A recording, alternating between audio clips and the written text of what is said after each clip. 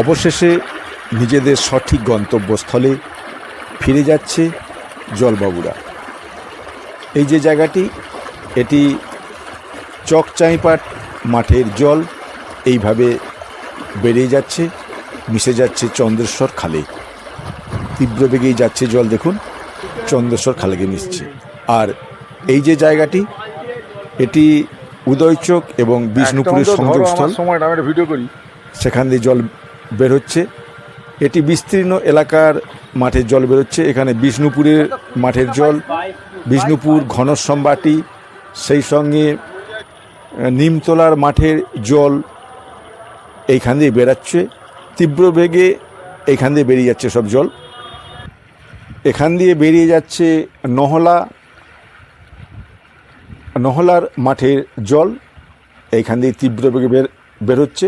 চন্দ্রেশ্বর খালে গিয়েই সমস্ত জল মিশছে। নহলার এলাকার জল এখান দিয়ে বের হচ্ছে।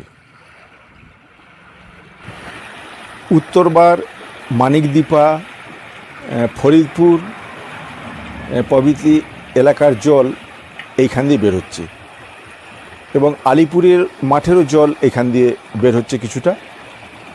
আর ফরিদপুর বা উত্তরবার, মানিকদীপা এইসব এলাকার জলও এখান দিয়ে বার হচ্ছে, চন্দ্রেশ্বর খালে গিয়ে মিশছে।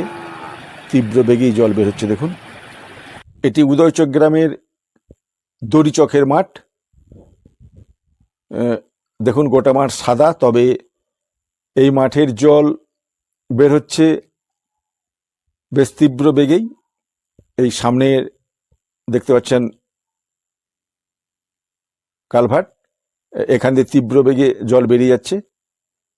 চন্দ্রেশ্বর খালের শাখা তাতে মিশছে। উদয়চক নেতাজি স্পোর্টিং ক্লাবের সামনের এই খাল দিয়েই বেরিয়ে যাচ্ছে উদয়চক গ্রামের খড়িচক মাঠের জল। তীব্র বেগে বেরিয়ে যাচ্ছে, দেখুন খড়িচক মাঠের জল।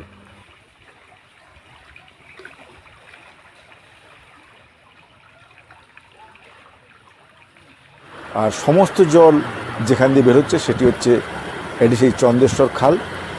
তেঁতুলতলায় যে বাঁধ দেওয়া ছিল, সেই বাঁধ কাটিয়ে দেওয়া হয়েছিল কিছুটা, কিন্তু জলের চাপে এখন বিস্তীর্ণ বাঁধই কেটে গেছে। অনেকটা এলাকায় বাঁধ ভেঙে গেছে।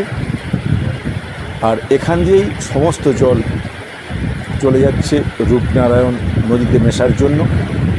এটি চন্দ্রেশ্বর খাল, সমস্ত এলাকার জলই এখান দিয়ে যাচ্ছে এবং বাঁধকে ধীরে ধীরে ভেঙে ভেঙে যাচ্ছে এবং সমস্ত জল মিশে যাবে সেই রূপনারায়ণ নদীতেই।